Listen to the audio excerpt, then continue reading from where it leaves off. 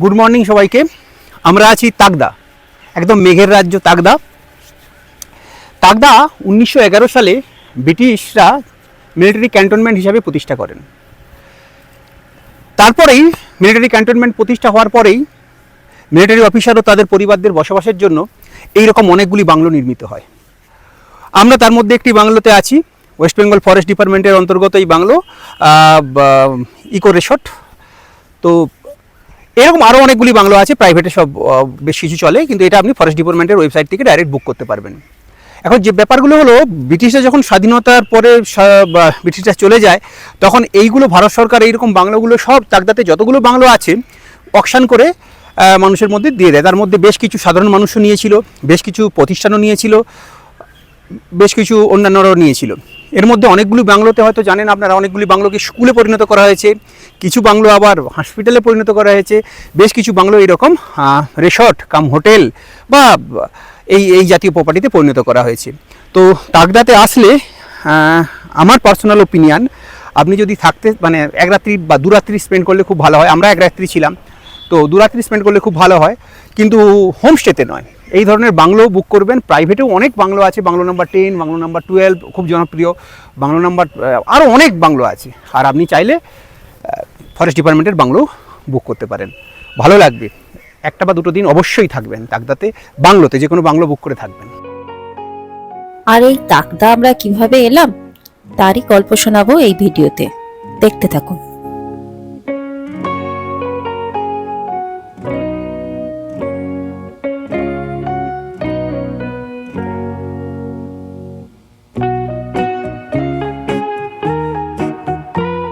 আমাদের গন্তব্য ছিল তাগদা। আমাদের তিনজনের দীঘা, পুরী, দার্জিলিং বা দীপুদাকে 2-3 বার দেখা হলেও আমাদের কাছে দার্জিলিং এর তাগদা জায়গাটা ছিল একদম নতুন, তাই একটা আলাদা উদ্দীপনা কাজ করছিল।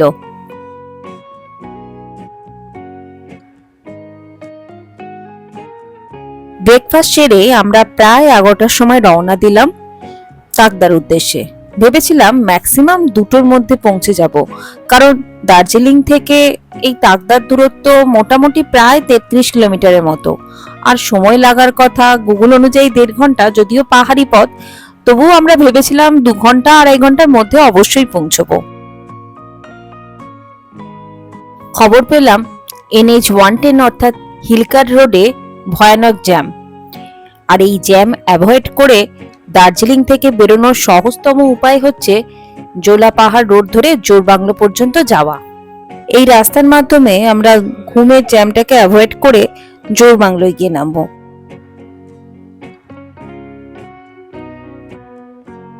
দার্জিলিং থেকে তাগদা পর্যন্ত যাওয়ার মোটামুটি একটা রাস্তা রয়েছে, যেটা ঘুম বা জোরবাংলো হয়ে লামাহাটা হয়ে 6 মাইল পর্যন্ত। 6 মাইল থেকে দুদিকে দুটো রাস্তা গেছে, একদিকে গেছে লুপচু বাজার আর ডান দিকে গেছে তাগদা যাওয়ার রাস্তা। লুপচু বাজার হয়েও তাগদা আসা যায়, তবে সেটা একটু ঘুর পথে হয়। 6 মাইল থেকে তাগদা সামনে পড়ে, তা আমরা এই রাস্তাটাই ধরলাম।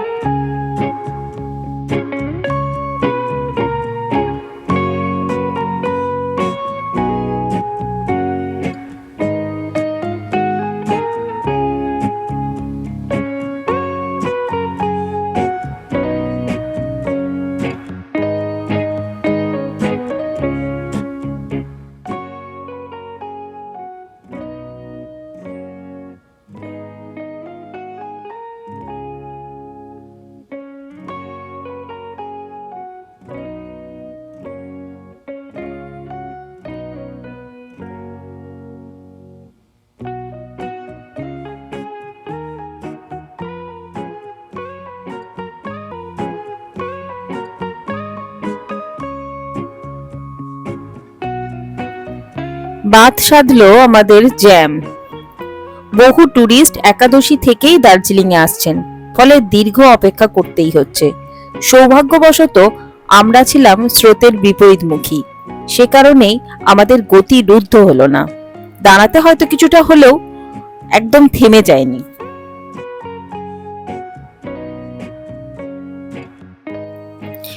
জোরবাংলো থেকে বাম দিকে বেঁকে হিলকার রোডকে বিদায় দিয়ে পেশক রোড ধরলাম। লামাহাটা হয়ে যাব 6 মাইল পর্যন্ত। যেহেতু গাড়ি ছিল নিজেদের, কথা ছিল লামাহাটাতে একটু দাঁড়িয়ে যাব।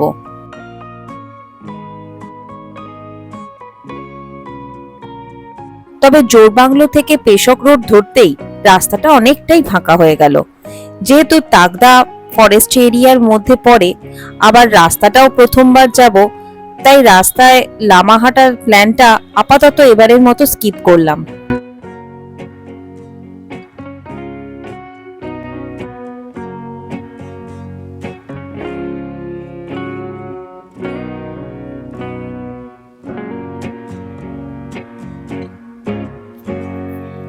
সিক্স মাইল থেকে আমরা পেশক রোডকে বিদায় দিয়ে ডান দিকে তাগদা যাবার রাস্তা ধরলাম। রাস্তাটি স্থানীয়রা ইউজ করে, কিন্তু ওয়েল মেনটেন্ড।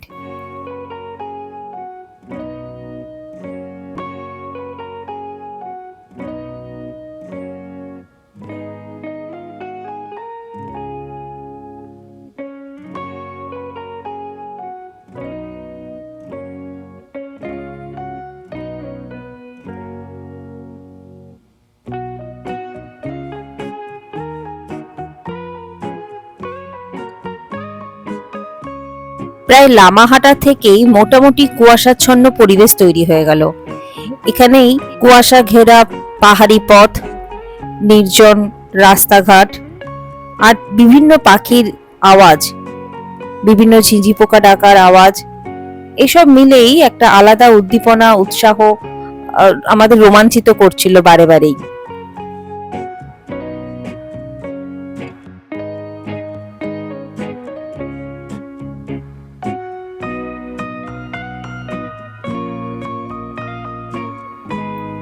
এই কুয়াশা ঘেরা পথের মাগ এক অন্য অনুভূতি আনে।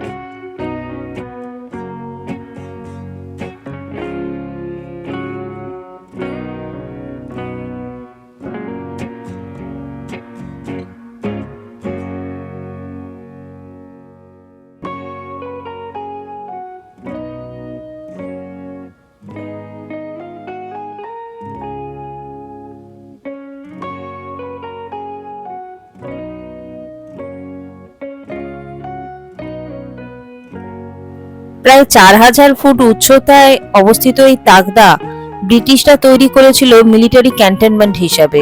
সে কারণে এখানে ব্রিটিশদের তৈরি করা বহু বাংলো রয়েছে, তার মধ্যে একটিতে আমাদের বাংলো বুক ছিল। যদিও এই ধরনের বাংলো বুক করতে হয় অনলাইনে।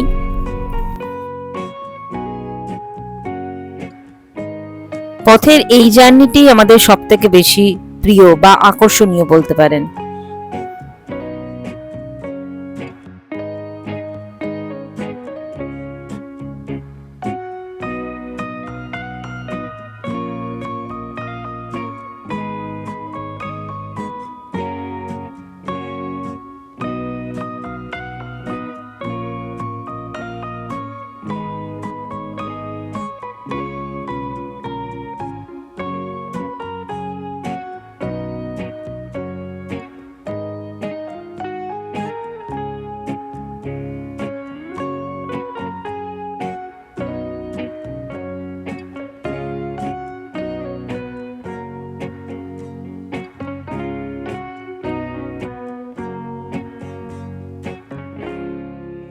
এই দুধারে পাইন এবং সিডার গাছের সারি, আর তার মাঝখান দিয়ে ছুটে চলা কালো পিচের রাস্তা, এই দৃশ্য অপরূপ।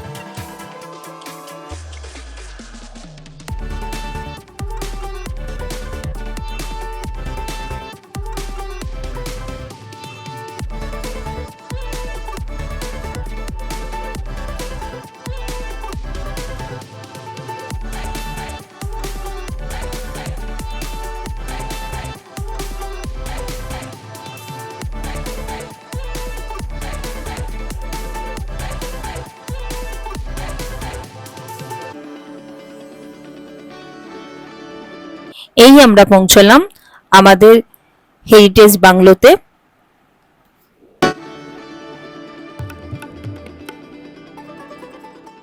এই তাগদা বাংলো দেখে প্রথম যেটা মনে হলো, আমরা একদম শাকচুন্নি ও ব্রহ্মদৈত্যের আওতার বাইরে এবং ড্রাকুলা এবং মিসেস মর্গ্যান বা এ ধরনের ইংলিশ ভূতের আন্ডারে এসে পড়লাম। চারিদিকে কুয়াশা ঘেরা একটা সুন্দর নির্জন বাংলো, আশেপাশের লোকজন সেরকম নেই। এই বাংলোটার এন্ট্রান্স, এখান দিয়ে মোটামুটি ডাইনিং রুম বলা যেতে পারে, অফিসিয়াল কাজকর্ম এখানে একজন আছেন, উনি করেন। আর এটা দিয়ে ঢুকতে হয় আর কি।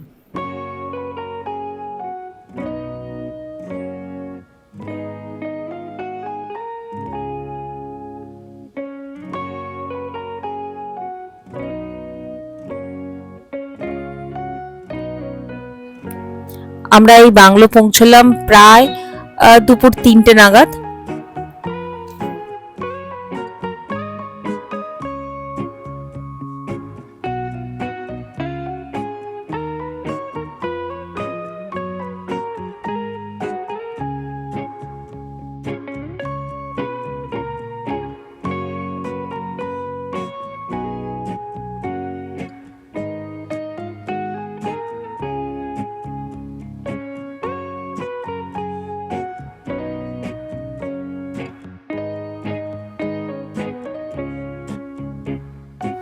আমরা দার্জিলিং টুরিস্ট লজ থেকে বেরিয়ে 6 মাইল বা 6 মাইল হয়ে তাগদা পৌঁছে গেছি।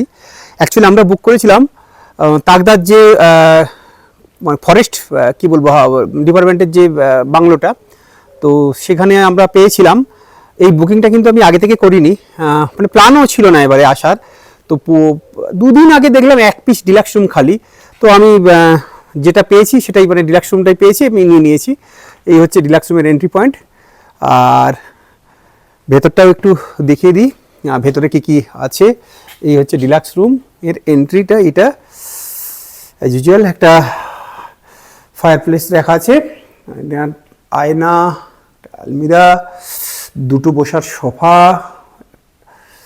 বেডটা একটু ছোট, 3 জন শোবার মতো, তো হয়তো একটা এক্সট্রা বেড চাইলে অ্যাডজাস্ট করে দেবেন বলেছেন, দেখা যাক। আর এটা তো জাস্ট সেই ব্রিটিশ পিরিয়ডের রয়ে গেছে অব্যবহৃত। টিভি আছে একটা। আর এই ডেকোরেশন দেখছি আমি। বাথরুমের কি অবস্থা দেখিয়ে দিই একবার। তবু এই বাথরুম বড় সড়ো বাথরুম, সব কিছুই আছে বেশ। তবে এখানে কোনো টয়লেটিস দেয়নি, শুধুমাত্র মানে হ্যান্ড ওয়াশের যে লিকুইডটুকু, মানে হ্যান্ড ওয়াশটুকু রাখা আছে আর কি, আর কিছুই নেই বেশ।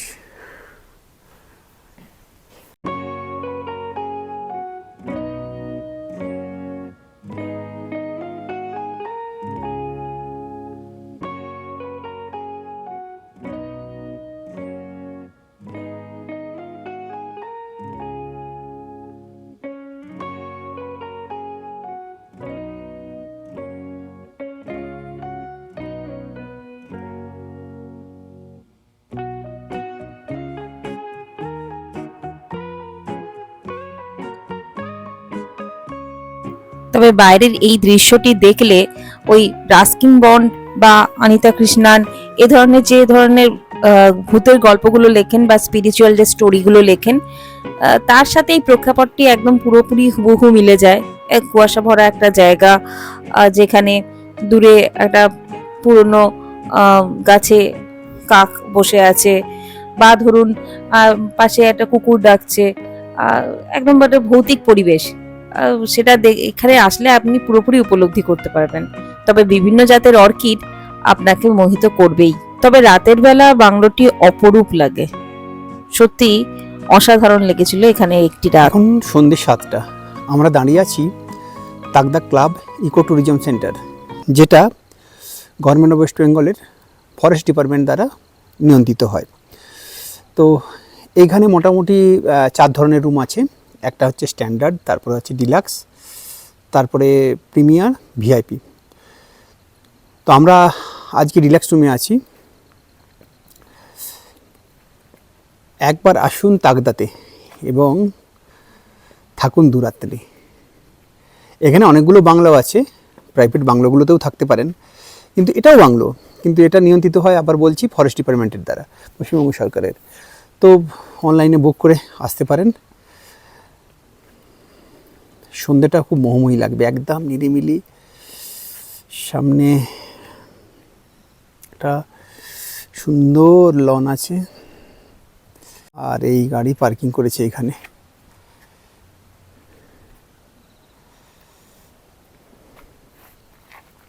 এই বারান্দা, আর এই আমাদের রুম, ডিলাক্স রুম। এরপর একটা প্রিমিয়াম রুম। আমি অনলাইনে এটাই পেয়েছিলাম, যেটা পেয়েছিলাম নিয়ে নিয়েছিলাম। 9টা নাগাদ পৌঁছালাম ডিনারের জন্য। বিশেষ কিছু নয়, এখানে আমরা চিকেন নিয়েছিলাম আর রাইস নিয়েছিলাম। তবে আপনারা চাইলে অর্ডার দিয়ে অন্য কিছু নিতে পারেন, তবে অবশ্যই সকালে বলে রাখতে হবে, তবেই এনারা রাত্রিবেলা ব্যবস্থা করতে পারবেন।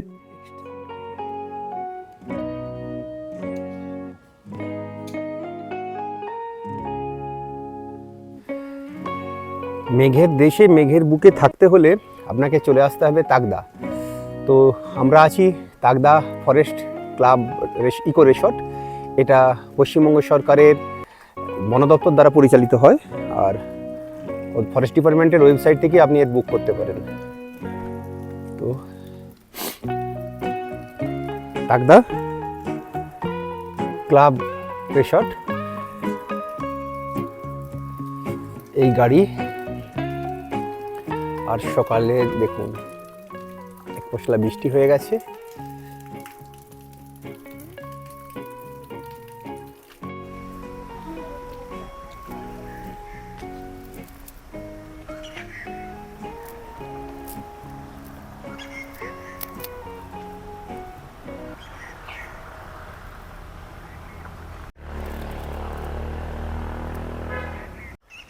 সমুদ্রপৃষ্ঠ থেকে প্রায় 5000 ফুট উচ্চতায় অবস্থিত এই Tagda eco club tourism centre সত্যি দার্জিলিংয়ের একটি অনবদ্য সুন্দর জায়গা, যেখানে পাইন বনের সারির সাথে সুন্দর বাংলো একদম সহাবস্থান করছে।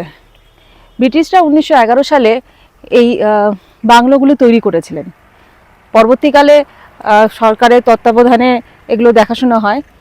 বিভিন্ন বাংলোগুলো বিভিন্ন কাজে ব্যবহৃত হয়, কিছুতে বিভিন্ন অফিস বা স্কুল বা হসপিটাল এই সকল কাজে ব্যবহৃত হয়, আর কিছু বাংলোগুলো এরকম ট্যুরিস্ট লজ হিসাবে বা ট্যুরিস্ট সেন্টার হিসাবে ব্যবহৃত হয়। তার মধ্যে একটি আমরা বুক করেছিলাম।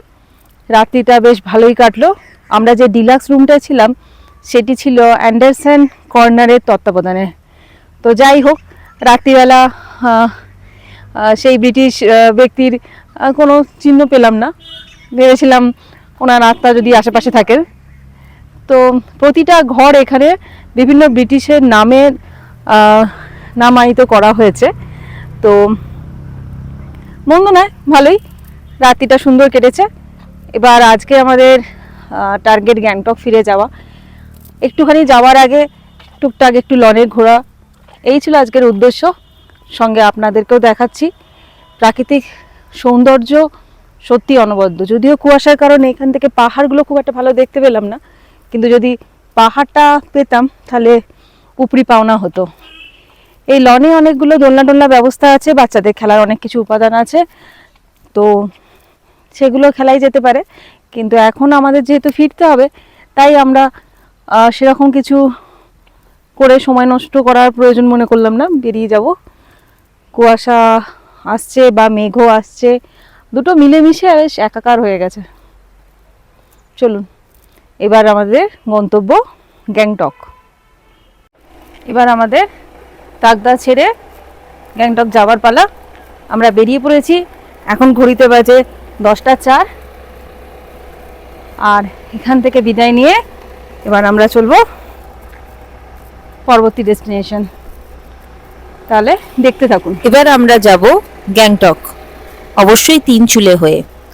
তাই পরবর্তী ভিডিওগুলো দেখতে থাকুন, আর এই ভিডিওটি যদি ভালো লেগে থাকে তাহলে অবশ্যই সাবস্ক্রাইব করুন। ভালো থাকবেন।